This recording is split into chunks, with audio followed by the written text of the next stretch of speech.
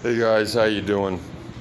Real quick explanation. This is a part two video with the bike rack, and why I'm doing this again because I looked at the video because there was some feedback, and normally I don't even look at feedback. I'll try to answer questions, but I noticed that on the video I did, part two, there was no sound.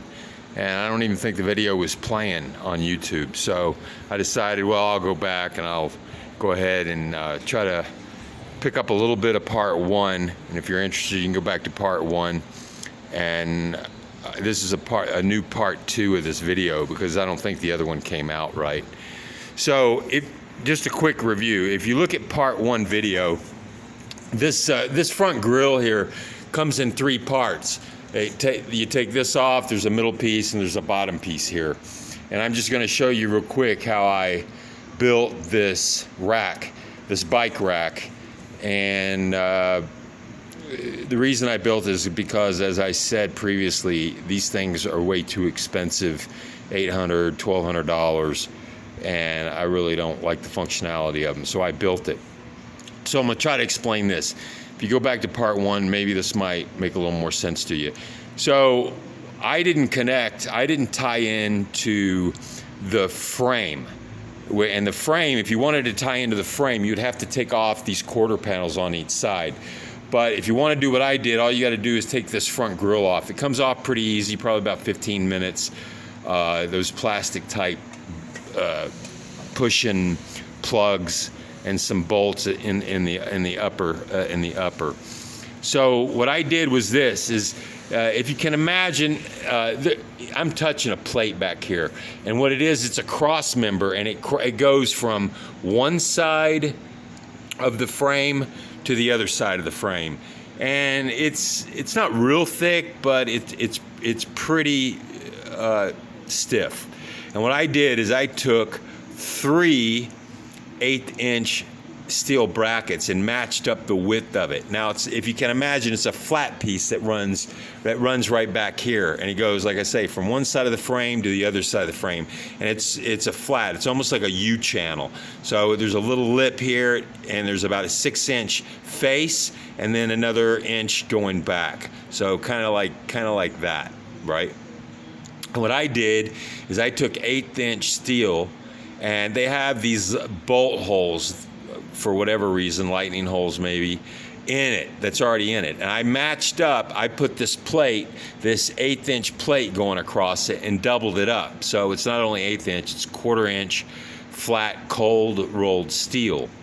And I matched it up going from one side to the other side to match up this cross panel, this U channel that comes across here. And I just basically, if this isn't here, and you can just imagine this flat plate running across, and I just put my steel against it, matched up the holes in the back of this plate, and there's several holes, there's about 8. If you looked at my video, I only had a couple in because I was matching the holes up because I didn't want to drill any more holes in it. So you'll see two bolts here, 2 bolts here, 2 bolts here, and 2 bolts here. So there's 8 bolts that hold in this plate to this cross member. And if you look at the first part one video of this, you'll kind of understand that.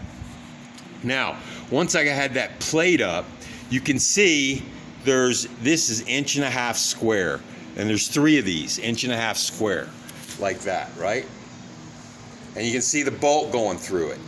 So what I did was, in this original plate that I'm talking about, once I bolted it to this cross member of the frame, I welded 1.25 inch square, which means this is 1.5 inch, and it would go slide over the 1.25 inch. So if you can imagine kind of the negative of this, where these actually go over the top of this 1.25 inch square, and there's 3 of them. One stubbed out here, it comes out like this. It's bolted to this plate I'm telling you about, which is welded or bolted to the cross member, and these 1.5 or 1.25 square are welded to my plate, and there's 3 of them. So if you can imagine the bicycle rack, which is here, is not attached to this. So all you would see is this plate going across, and you'd see these 3.25 inch square pipes coming out of my cross member. And what I did is I built the bicycle rack to basically slide over those. So this 1.5 inches slides over the 1.25 inches. And what I did is I went under here and I drilled a hole and I put a bolt through it, because I like to build things to where you can easily take it apart if you wanted to change something on it. Maybe you want to put a plate here and you want to put a winch or anything like that, or maybe you wanted to modify it for an e-bike, which I'd like to do. So basically that's how this bike rack is set up. And on the bumper here, the plastic bumper, obviously for this to fit over, you have to drill holes in the plastic bumper.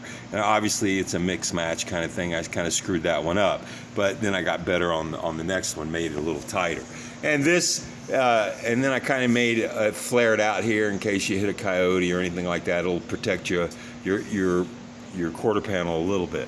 All right, how the bike rack works. Okay, so what I did is, if you can see these arms, and this one's like in place. So these basically come right out like that. They come out just like that, and these are, kind of like what I was talking about with the lower part, how I attached the rack to the frame plate of the bumper. It's kind of like this. These things go in here like that, and this one does the same. It comes out, and it would come around like this. Maybe I'll just show you. It comes around like that, and it's like that. And then these are just U-bolt, or these U-bolt kind of things, and these nifty little threaded things. And you put your bike basically in here, and it hangs. I've done several trips. It secures it really well. And I really like these. I can get this bike off within 30 seconds and get it on within a minute. So I really love these things. And you can always watch from inside the cab in case they come loose, but I've never had them come loose. Now when you're not using the bike rack, and obviously these things are sticking out, all you got to do is lift them up like this, and you turn them sideways and you drop them in. If you notice also, I put pins in here, so when you drop this down, you came around here, you could actually put a pin through here and here, and it would even secure more in case, but I've never had an issue to really use the pins. And so that's how they go. So that's how the bike rack works. This other stuff here, it does give it some strength. The center piece and these diagonal pieces that go across, it gives it some pretty good strength. But I've really been happy with this. I've taken several trips. So I hope this helps, because I had some negative comments. I really don't even respond to negative comments. Life's too short. But this is a one-man show. I just do the video, I don't edit it, and I put it on YouTube. And hopefully people can get some tips and tricks, and they can do it their way and what fits their particular lifestyle. Okay, that's it. I will see you on the next one. I hope this makes up for the other video. I'll see you next time. Be healthy and safe.